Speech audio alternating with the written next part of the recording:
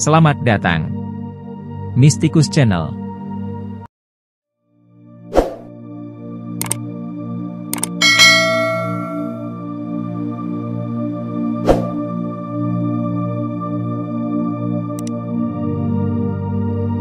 Suatu hari, sekelompok orang datang menjumpai Muinuddin, sang wazir, memohon agar Rumi dilarang menggunakan musik dan tarian dalam upacara agama, dan agar praktek seperti itu dilarang.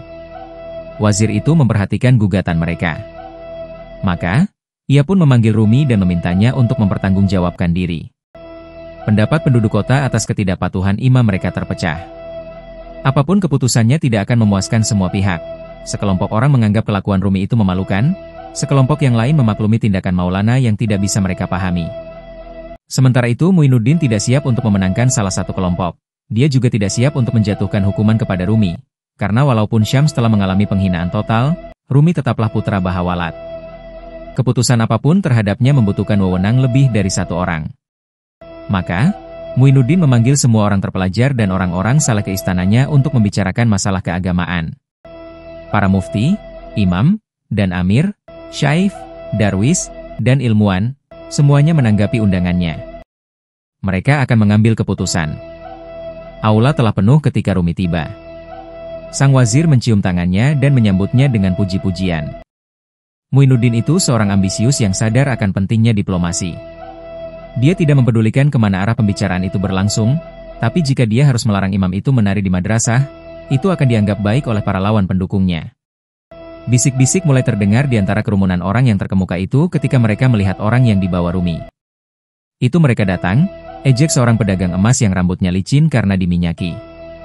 Para pengikutnya itu kacau. Orang di sebelahnya, seorang yang alim mendukung omongannya. Sudah jelas, Rumi itu seorang wali yang agung, tapi kita harus menyelamatkannya dari orang-orang itu, mereka semua itu pemabuk dan kahin. Selusin santri terdekatnya mengambil tempat persis di bawah panggung. Mereka tampak marah atas penghinaan yang ditunjukkan hadirin secara tersembunyi. Sekurang-kurangnya agar si anjing Syams itu meninggalkannya, pedagang itu menambahkan. Sebuah kursi untuk Rumi di tengah panggung dibiarkan kosong, dan ketika duduk Rumi membalas mereka yang menyambutnya. Dia melipat tangannya ke dalam lengan bajunya dan mengarahkan tatapannya ke bawah agar tidak melihat wajah orang-orang di depannya. Dia hadir di situ karena diundang. Hari-harinya untuk tampil di mimbar telah berakhir. Filsafat itu sebuah perangkap yang indah. Kalau terlalu asyik bermain dengannya, maka jari jemarimu pun akan tertangkap olehnya. Setan, bagaimanapun, adalah seorang mutakalim terbaik. Sultan Walad, sambil melihat sikap ayahnya, duduk di lantai di depannya.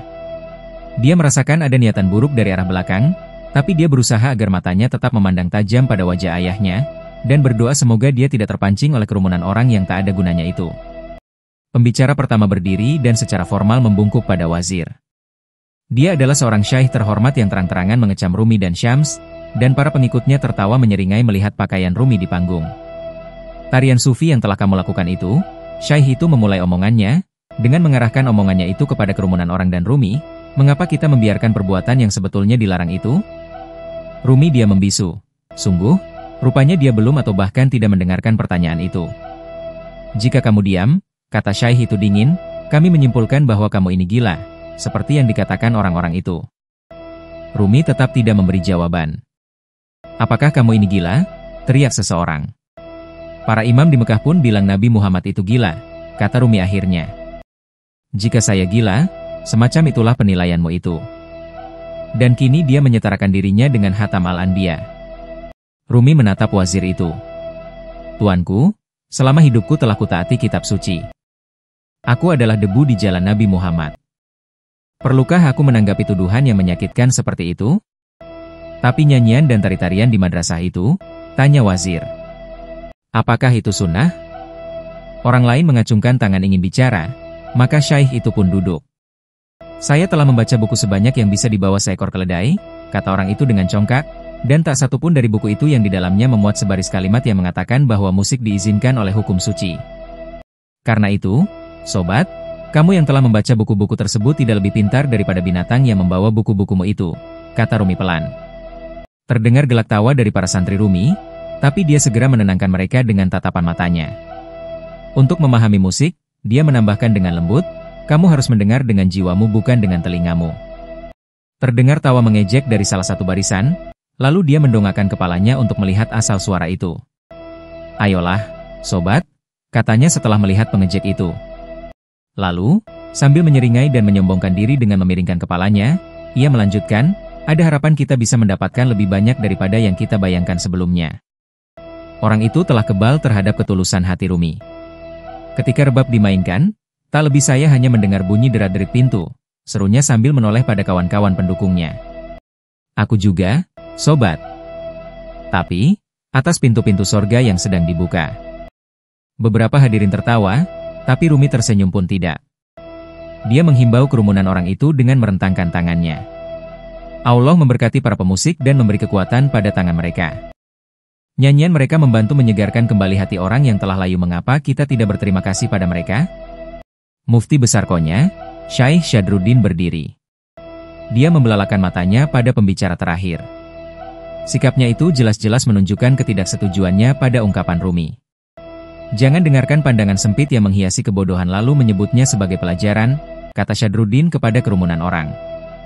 Ada sebuah hadits yang mengisahkan bahwa sebuah inovasi yang diperkenalkan oleh seorang yang sungguh mencintai para nabi itu adalah sama seolah-olah inovasi itu berasal dari para nabi itu sendiri.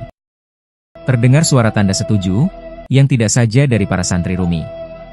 Namun masih banyak orang yang tetap mencintai Rumi. Pada saat itulah ada gerakan di belakang aula, yaitu kegemparan karena ketakutan yang tiba-tiba muncul. Syams telah tiba. Perdebatan terhenti sementara semua mata menatap Darwis yang berpakaian compang-camping itu saat dia meretas jalan melintasi orang-orang yang duduk di lantai. Ia menuju ke panggung, tapi ketika telah dekat dengan panggung, jalannya dihalangi oleh para murid Syekh yang pertama. "Duduklah di tempat yang sepantasnya kamu duduki di belakang," seorang di antara mereka mencemoohnya. Syams berusaha menemukan tempat duduknya. Namun, di setiap tempat duduk yang kosong pun dia dihalangi. Husam bangkit dan menawarkan tempat duduknya kepada Syams, tapi Darwis itu menggelengkan kepalanya dan terus mencari tempat yang kosong. Dia menganyam jalannya melalui orang-orang itu hingga sampai di bagian belakang ruangan, di mana dia dibiarkan duduk di sebuah sudut yang sempit. Mereka yang terpaksa duduk di sampingnya memalingkan muka daripadanya, lantas berpura-pura tuli jika dia berbicara kepada mereka. Maka, Syams pun berkobar amarahnya, dan matanya menatap lurus ke panggung. Apakah Rumi seorang pencinta sejati sehingga dia mendapatkan wewenang untuk melakukan inovasi? Teriak pedagang yang rambutnya licin berminyak itu. Ya, memang seorang pencinta. Tapi pencinta macam apa? Lihatlah objek kesayangannya seorang gila dan klinik. Begitukah? Tanya Muinuddin ketika Rumi tampak tidak memberikan tanggapan sama sekali. Kata, "Perasaan, ibarat sebuah cawan," katanya. "Saya memiliki samudera perasaan terhadap Syams Tabriz. Saya membutuhkan sebuah bejana yang lebih besar." Para pengkritiknya bagaikan anjing pemburu yang mengepung seekor beruang. Mereka merasa terluka atas penghinaan Syams, dan ketika salah seorang mundur, yang lain lagi maju. Kata apa yang pas kita pakai? Kegila-gilaan? Kemabukan? Hayalan? Sultan Walad tak kuasa lagi menahan dirinya. "Ayahku mencintai Syams." Biarlah kata cinta saja yang dipakai. Bisik-bisik setuju terdengar dari kerumunan orang itu. Mereka yang telah mengenal Rumi ketika masih sebagai seorang pemuda melihat garis watak yang sama dalam diri anaknya itu. Kata itu masih belum tepat, masih terlalu kecil. Tidak ada kata, dan tidak ada bejana yang cukup memadai. Syams Tabriz tidak bisa dirangkum dengan apapun yang menjadi ciptaan Allah, kata Rumi. Syekh yang pertama berdiri. "Hati-hatilah, Jalaluddin Rumi. Kamu ini sedang berjalan menuju ke ambang kemurtadan. Ingatlah, Halaj yang menghujat Allah itu telah dilempari batu sampai mati karena mau mengangkat manusia ke tingkatan Allah." "Halaj mati syahid karena menyatakan anak Allah," jawab Rumi. "Apakah itu suatu hujatan?" "Ya, jika Halaj telah menjadi Halaj, tapi ketika dia berteriak anak Allah, dia sudah tak lagi ada. Semua yang ada adalah Allah. Demikian pula Syams, ia sudah tak lagi ada. Dia telah musnah. Sewaktu kamu melihat orang macam Syams itu, sebenarnya kamu tidak melihat dia, kamu justru sedang melihat dirimu sendiri. Hati-hatilah menyerang orang yang tak ada lagi, karena itu ibarat kamu menghujamkan pisau ke dalam tubuhmu sendiri. Apabila kamu menghancurkan sebuah cermin, sebenarnya dirimu sendirilah yang kamu hancurkan." Kata-katanya mengena pada sasarannya, dan hadirin pun menjadi hening, menunggu apa yang akan diucapkan selanjutnya. Dia memperhatikan setiap wajah yang ada di hadapannya, Wajah-wajah yang telah dikenalnya selama hidupnya, lalu dia mengulang kata-kata yang diucapkan Halaj, wali syahid saat dia mendekati tiang gantungan, "Bunuhlah aku, wahai kawan-kawanku yang munafik, karena justru dalam kematiankulah terdapat kehidupanku." Rumi menyeka air matanya lalu menatap sahabatnya. Dia tiba-tiba sadar akan apa yang harus dia lakukan. Ia harus memilih, salah satu dari dua istri yang bercekcok ini harus dicerai atau semuanya. Rumi memang bisa menjadi suami bagi salah seorang tapi tidak untuk keduanya. Tanpa mengucapkan sepatah kata pun, dia lantas berdiri dan mengambil jubahnya yang ada di sampingnya. Sering tidak ada lagi jarak antara yang paling tinggi dan yang paling rendah di antara mereka yang sungguh-sungguh membangun persahabatan. Rumi adalah tokoh puncak dikonya, Syams adalah rakyat kebanyakan.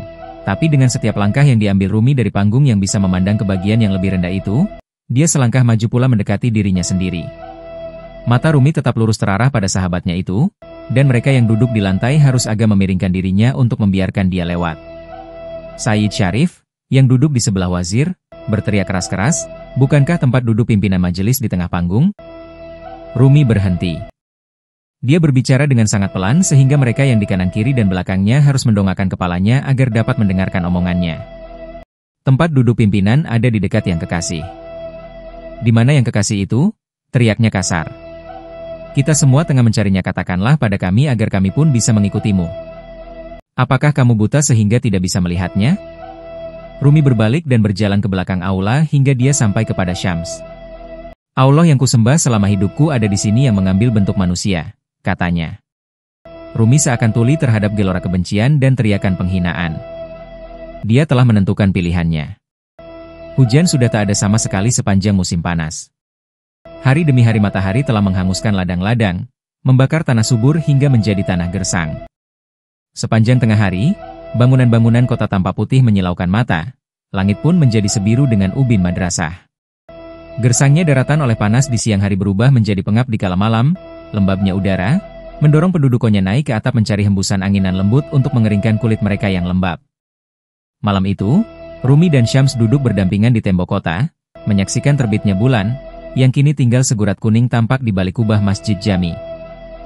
Cahaya bintang cukup terang untuk mengungkap adanya garis-garis yang terputus dari atap-atap rumah bentuk-bentuk tubuh di atas alas tidur, dan baju-baju yang dilonggarkan karena panasnya udara telah membuat pakaian jadi lengket ke badan.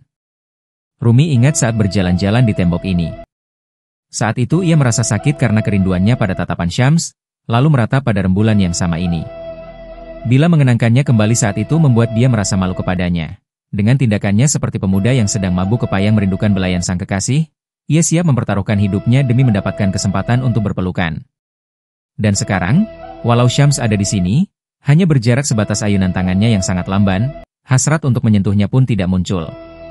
Cinta Rumi kepada Syams bukanlah karena tubuh ini, bukan karena kehadiran fisiknya ini, tapi karena sesuatu yang lain, sesuatu yang hanya bisa direpresentasikan oleh Syams sendiri.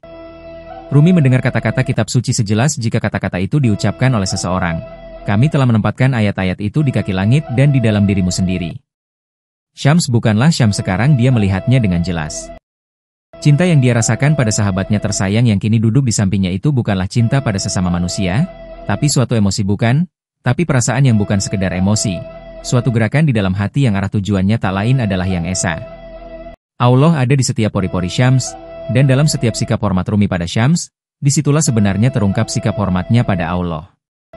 "Adalah kewajibanku untuk meningkatkan kerinduanmu," kata Syams, setelah membaca pikiran Rumi, "dan menarik kerinduanmu itu pada titik tertentu sehingga cinta dan kerinduanmu padaku lebih besar daripada cinta dan kerinduan akan nafasmu sendiri." Walau cinta pada mursyid itu merupakan cinta yang sebenarnya, namun hal itu barulah sebuah permulaan. Menyerahkan diri pada orang lain bukanlah sebuah prestasi besar, itu lebih kecil daripada perasaan seekor anjing pada pemiliknya. Cinta macam itu gaungnya tak lebih nyaring daripada ini, ungkap Syams sambil membunyikan klik jemarinya. Bagaimanapun, mencintai Allah itu berbeda. Bunyi gemuruh guntur yang tak mengenakan terdengar dari kejauhan di balik pegunungan itu. Badai musim panas telah tiba. Apabila murid mencintai Allah seperti dia mencintai mursyidnya, bisa dikatakan ia telah melakukan kemajuan. Dan, apabila semua kerinduan telah menjadi hasrat tunggal untuk menyatu dengan Allah, saat itulah ia mencapai prestasinya. Mereka menoleh melihat cahaya yang berkilat di kejauhan. Ketika Rumi menatap ke dalam mata mursyidnya, dia melihat kilatan itu terpantul di situ. seolah-olah dua dunia yang lainnya masing-masing ada di setiap bola matanya terangkum di setiap rongga mata. Aku takut pada kerinduan itu, kata Rumi. Kerinduan itu akan makin membuat marah orang-orang, lalu mereka itu pun akan mengusirmu. Jika itu merupakan kehendak Allah, maka hal itu akan terjadi. Aku ini ibarat sekam dalam angin, aku tidak bisa melawan. Hembusan angin dingin menerpa mereka, seolah Allah tengah menawarkan ketentraman. Ayo pergi, dia sedang bersabda. Amanlah keadaannya. Suatu hari aku tidak akan berada di sini lagi, gumam orang tua itu. Maka, Allah bisa saja mengklaim kalau ibadah itu merupakan haknya. Kamu tak boleh meninggalkanku lagi, ujar Rumi. Aku tak bisa hidup tanpamu. Aku adalah rintanganmu yang terakhir. Kamu harus mendekati Allah sendirian. Rumi sadar atas kebenaran kata-kata itu, tapi masih berusaha untuk melawannya. Maka tinggallah bersamanya selama kamu bisa. Allah akan memutuskan berapa lama aku tinggal. Maka, aku pun akan membangunkan penduduk kota, teriak Rumi. Kami tidak akan membiarkan kehilangan sedetik pun atas kehadiranmu di sini. Syams tersenyum. Kalau begitu bangunkanlah mereka, itu merupakan tugasmu. Rumi menghadap ke Mekah dan bersujud di atas batu. Rob al-samawat wa al-ard, demi cinta hambamu Syams Tabriz, anugerahkanlah kebangkitan pada hamba-hambamu. Dia bersujud hingga dahinya menyentuh tanah, dan menahannya selama berdoa mohon pertolongan Allah. Bangunlah, jangan tidur. Ada cukup waktu di kubur untuk bermimpi. Jangan pejamkan matamu atas keindahan yang seperti ini. Bangunlah, jangan tidur. Keindahan yang seperti ini sangat jarang. Bahkan lebih jarang lagi terlihat. Penduduk Konya, bukalah matamu. Matamu akan menutup rapat dalam kematian. Angin bertiup menghembusi lehernya yang terbuka bagai jari dingin yang mengikuti garis di antara jubah dan sorbannya. Rumi tergetar dengan kebahagiaan lalu duduk bertumpu pada kedua tumitnya. Bau hujan telah tercium di udara lalu dia mendongakkan wajahnya ke langit. Dia menghirup bau wangi halilintar, sungguh luar biasa menyenangkan setelah berminggu-minggu yang panjang diterpa kekeringan musim panas. Dia merasakan tetes-tetes pertama air hujan di kulitnya. Allahu Akbar. Allahu Akbar. Dia mengangkat suaranya, menyerukan namanya berulang-ulang. Allahu Akbar. Hujan pun jatuh berderai. Dengan tiba-tiba dan indah sekali, hujan turun di mana-mana. Kilat merti di atas mereka, halilintar begitu dekat dan nyaring hingga tubuh mereka seperti terpukul oleh kuatnya bunyi halilintar itu. Syams membantu Rumi berdiri, air mengaliri wajahnya dan membasahi jenggotnya. Lihat, dia menunjuk.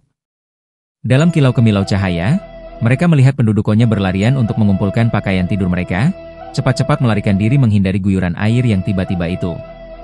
Teriakan histeris mereka sampai di tembok kota, dan gelak tawa pun menjadi-jadi begitu mereka bisa masuk ke dalamnya. Doamu dikabulkan. Penduduk Konya telah bangun.